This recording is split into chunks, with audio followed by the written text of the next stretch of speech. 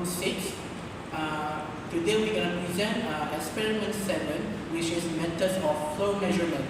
Our group consists of me, Anas, Sajid, Akhmal, Suhaila, and Sofea.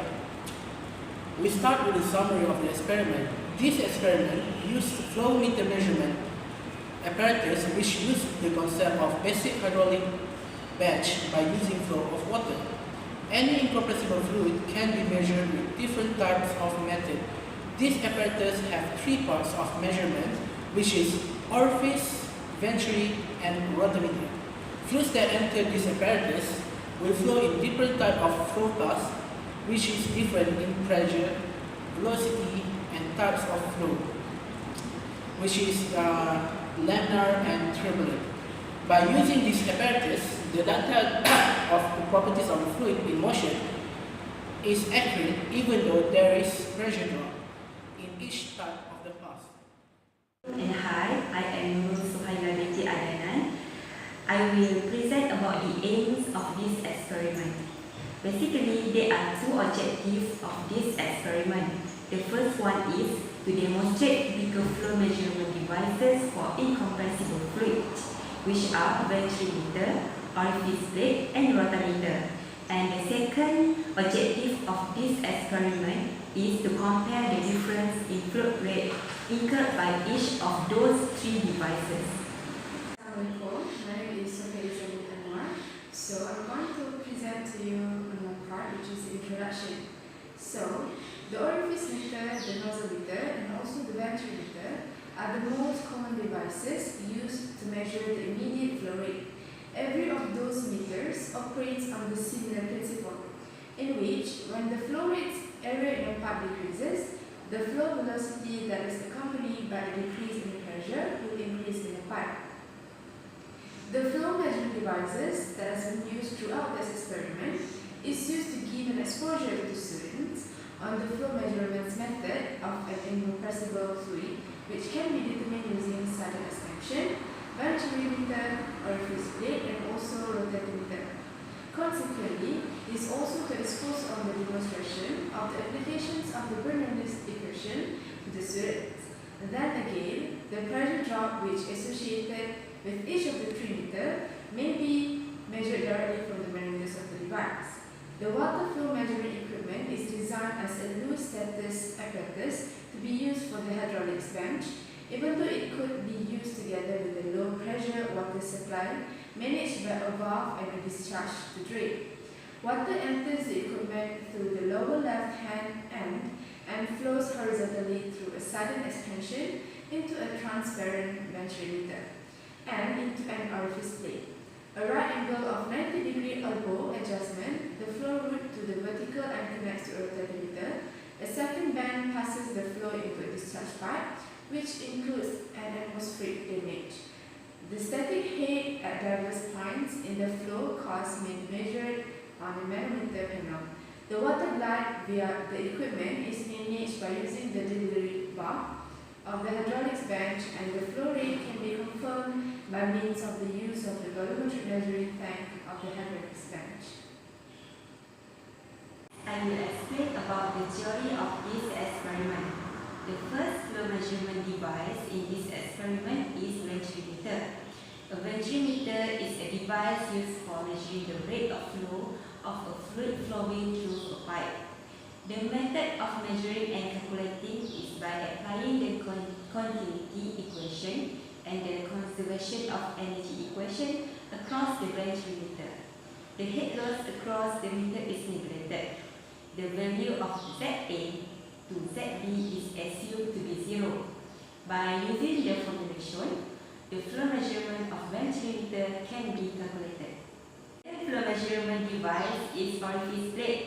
An orifice plate is a device used for measuring flow rate, for reducing pressure, or for restricting flow. Either a volumetric or mass flow rate may be determined. It is depending on the calculation associated with the orifice plate. Orifice plate uses the same principle as a venturi nozzle, namely Bernoulli principle, which states that there is a relationship between the pressure of the fluid and the velocity of the when the velocity increase and the pressure decrease, and when the velocity decrease, the pressure increases. Assalamualaikum warahmatullahi wabarakatuh. My name is Sajid Arumi. So I'm going to discuss about the discussion part in this experiment. So the first discussion is what are the limitations of Bernoulli's theorem. The first limitation is that the fluid used must be incompressible. This is because when the fluid enter the narrow nozzle, they have to speed up. So if the fluid used is compressed, so it won't withstand the pressure inside the nozzle, thus changing the volume. Next, the second one is it must have steady flow, because in this theorem it only applies to laminar flow, which in case there are no turbulence, as assumed that there is no friction loss in this flow. The third one is that the flow must be irrotational. This is because the value constant is the same for all streamlines in the tube flow. So the Bernoulli's equation can be applied to any 2 points in the flow. The second discussion in this experiment is that what are the primary considerations when selecting a flow meter. For example, in this experiment, we have to use orifice plate, rotatometer and ventrimeter. So the first point is that we are estimating a gadget that suits the theorem that we are going to apply in this experiment. The second point is that to ensure the compound used are perfect with the gadget, so that the gadget itself won't rot or get erosion. The last factor is that the cost of the gadget itself. If we use a higher cost of gadget instead of a lower cost, this will actually be burden to our team, and the quality itself is the same as the lower cost used gadget. So the last part in this experiment is to explain the working measuring flow rate using an obstruction type flow meter. An obstruction type flow meter consists of two types, which is the differential pressure type and the variable area type. The orifice meter, ventrimeter and the pitot tube falls under the first category, which is the differential pressure type, while the rotameter falls under the second category, which is the variable area type. Basically, an obstruction is created in the flow passage and the pressure drop across the obstruction is related with the flow rate and the pressure. Conclusion of the report. The experiment is carried out to demonstrate the flow measurement device of ventrimeter, orifice meter and rotameter and comparing the difference in flow rate incurred by each of them. The outcome states that the value of the flow rate of the rotameter increments as the estimation of the stream rate of the delivered rotameter to 200 liter per hour to 600 liter per hour.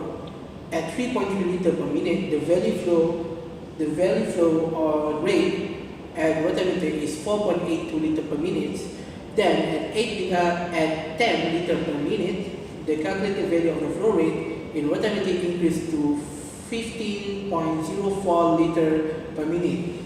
So as for the percentage difference of the value of the flow rate in ventrimeter is smaller compared to the calculated flow rate incurred in the orifice meter. It shows at 3.33 liter per minute, the percentage difference in ventrimeter is 6.43%. Meanwhile, in orifice meter, the percentage difference is 45.02%. This data shows that the flow rate incurred in ventrimeter are closer to the actual value of the flow rate in calculated rotameter. Hence, ventrimeter is more accurate than orifice meter, as it avoids water separation.